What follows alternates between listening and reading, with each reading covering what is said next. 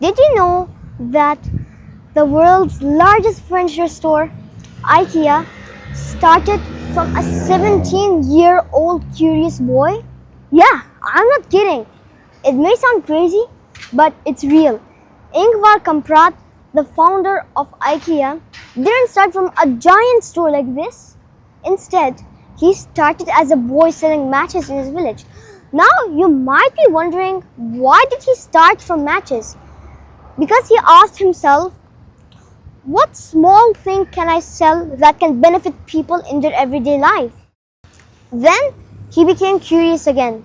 He said to himself, what if I sold more things like pencils, wallets, or even furniture?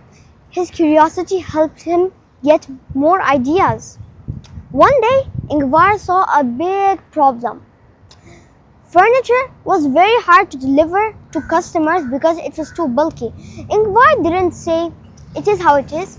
Instead, he tried to make it better.